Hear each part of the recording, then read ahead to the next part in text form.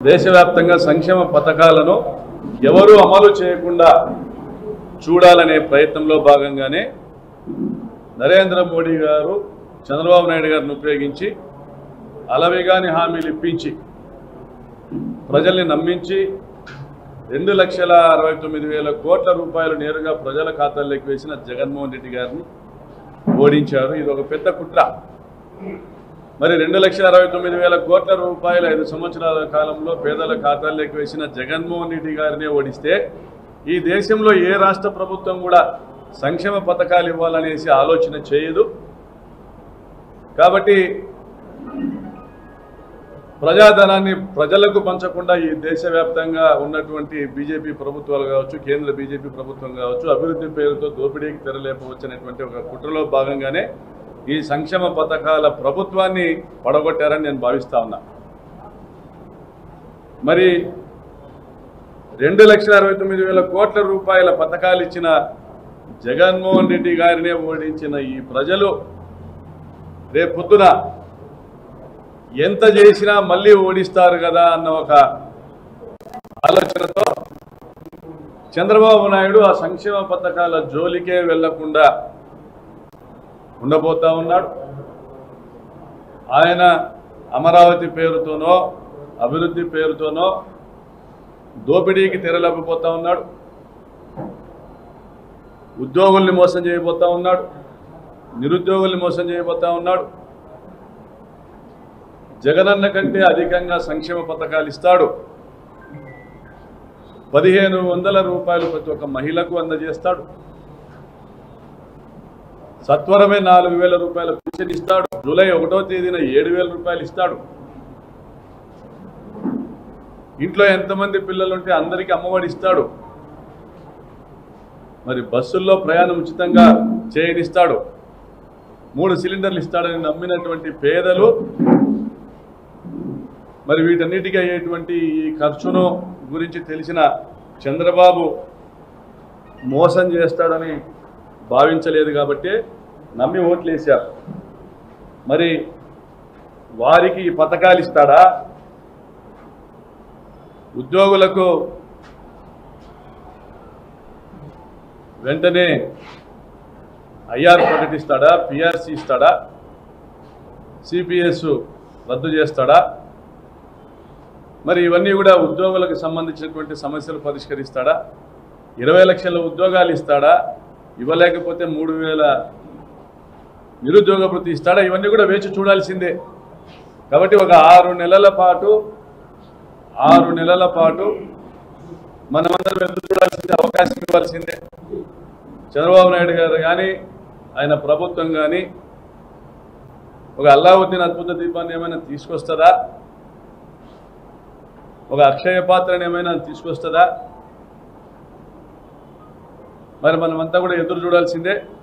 ఈ పథకాలన్నీ అమలు చేయాలని కోరుకోవాల్సిందే. అభివృద్ధి కార్యక్రమాలు వాళ్ళు హామీ ఇచ్చినటువంటి అభివృద్ధి కార్యక్రమాలు వాళ్ళు అమలు చేయాలని కోరుకోవాల్సిందే. అమరావతి నిర్మాణం జరగాలని కోరుకోవాల్సిందే. మరి నిరుద్యోగుల సమస్యలు పరిష్కారం చేయాలని కోరుకోవాల్సిందే. కాబట్టి 6 నెలలు సంయమనం పాటించండి. వైఎస్ఆర్ కాంగ్రెస్ పార్టీ శ్రేణులకు నేను పిలుపునిస్తా ఉన్నా. ఈ జిల్లాలోని 14 మందిమి మేమందరము కూడా మీ వెంట ఉన్నాం. మనమందరం కూడా జగనన్న వెంట నిలబడదాం. మనము గత ప్రభుత్వము ఏర్పడినప్పుడు మనం గెలిచినప్పుడు ఒక మెసేజ్ ఇచ్చాం, ఒక వాయిస్ మెసేజ్ ఇచ్చాం, ఒక శాంతికి పిలుపునిచ్చాం. ఓటమి బాధలో నిరాశ నిస్పృహల్లో తెలుగుదేశం పార్టీ వాళ్ళు దాడులు చేసినా ఓర్చుకోండి, సహించండి, వీలైతే వారిని దగ్గర తీసుకోండి అని. అది మన నైజం. జిల్లాలోని తెలుగుదేశం పార్టీ ఎమ్మెల్యేలు కానీ, పరిటాల సునీత కానీ, ఆ పార్టీ పెద్దలు కానీ దాడులు పాల్పడడం కరెక్ట్ కాదు, ఇది సరికాదు,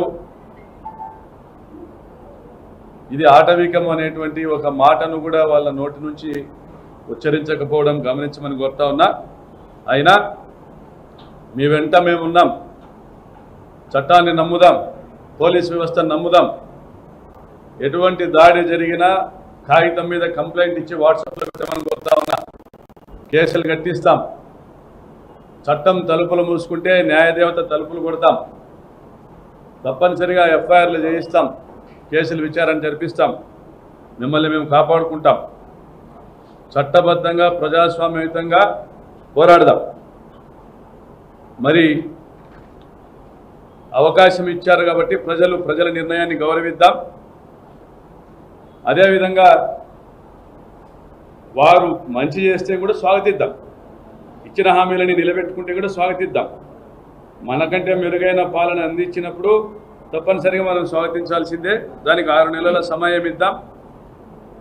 అందరూ కూడా వైఎస్ఆర్ కాంగ్రెస్ పార్టీ శ్రేణులందరూ కూడా ముందు ఓటమి బాధ నుంచి బయటికి రండి. గెలుపోటములు దైవాధీనములు. ప్రజాస్వామ్యంలో గెలుపు సహజమే, ఓటమి సహజమే. ప్రజల అంచనాల మేరకు మనం పని చేయలేకపోయామా, లేదా మనం ఇచ్చిన సంక్షేమ పథకాలు ప్రజలకు వారికి చాలలేదా, లేదా తెలుగుదేశం పార్టీ కార్యకర్తలు ఇంటింటికి వెళ్ళి ఏదైతే చంద్రబాబు నాయుడు అబద్ధాల మేనిఫెస్టో ఉందో వాటి ఫలాలు లక్షల రూపాయల మేరకు ఒక్కొక్క ఇంటికి ఇలా వస్తాయని చెప్పి వారిని ఒప్పించగలిగారా, లేదా వారి అనుకూల మీడియా మన ప్రభుత్వం మీద, మన జగనన్న మీద, మా మీద చేసినటువంటి దుష్ప్రచారాన్ని నమ్మారా? ఇది నిజము నిలకడగా తెలుస్తుంది. కాబట్టి అందరూ కూడా సంయమనం పాటించమని కోరుతా ఉన్నాం. ఎవరికి ఎటువంటి ఇబ్బంది కూడా రాదు, ఎవరికి ఎటువంటి ఇబ్బంది రాదు. 14లో వాళ్ళ ప్రభుత్వం వచ్చింది, వాళ్ళు హామీలు అమలు చేయలేదు, ప్రజలు పిలుచుకున్నారు మనల్ని. 2015 నుంచే ప్రజలు తిరగబడ్డారు. గ్రామాల్లోకి వెళ్ళాం, సభలు జరిపాం, ఊరేగింపులు చేశాం, ర్యాలీలు చేశాం. ప్రజలు మనల్ని ముందర పెట్టి నడిపించారు. 2019 వరకు వాళ్ళు ఆగలే, మళ్ళీ రిపీట్ అయ్యింది. 24లో వాళ్ళకి అవకాశం ఇచ్చారు. 2025 నుంచి మళ్ళీ రిపీట్ అవుతారు. వాళ్ళు హామీలు అమలు చేస్తే ప్రజలు వాళ్ళ వెంట ఉంటారు. వాళ్ళు ప్రజల్ని మోసం చేశారనేది ప్రజలు తెలుసుకుంటే ప్రజలు తిరగబడతారు. ఆ తిరుగుబాటు కోసం ఎదురు చూద్దాం. సీన్ రిపీట్ అవుతుంది. 25 నుంచి 29 వరకు అప్రతిహతంగా జైత్రయాత్ర జరుగుతుంది. మళ్ళీ జగనన్నను ముఖ్యమంత్రిగా చేయడానికి ప్రాణాలు ఇచ్చేదానికి కూడా సిద్ధంగా ఉన్నాం. ముందు నాది, తర్వాతే మా కార్యకర్తల్ని. నా చావు జగనన్నను సింహాసనం పైన కూర్చోబెడతాదంటే నా చావు నుండి జగనన్న జైత్రయాత్ర ప్రారంభమవుతుంది. వైఎస్ఆర్సీపీ శ్రేణులందరూ కూడా మనోనిబ్బరం కోల్పోవద్దండి. తప్పనిసరిగా ప్రజాస్వామ్య పద్ధతిలోనే పోరాడదాం. ఎక్కడ దౌర్జన్యాలు జరిగినా తక్షణం పోలీసులకు సమాచారం ఇవ్వండి. పోలీసులు స్పందించకపోతే నాకు సమాచారం అందజేయండి. తప్పనిసరిగా చట్టాన్ని గౌరవిస్తూ ఉన్నాం, నమ్మకం ఉంది, చర్యలు తీసుకుంటారు. తీసుకునే పక్షంలో న్యాయదేవత ఎలాగా ఉంది, న్యాయదేవతను ఆశ్రయిద్దాం. జై జగన్.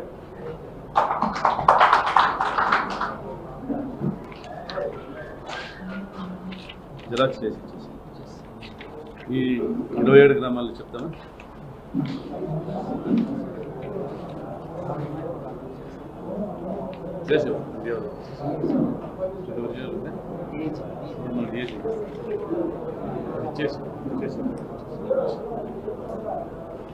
ప్రెస్ వాళ్ళకి కాపీ ఇస్తాను చూడన్నా, ఏ గ్రామాల్లో దాడులు జరిగినాయో కాపీ ఇస్తాను.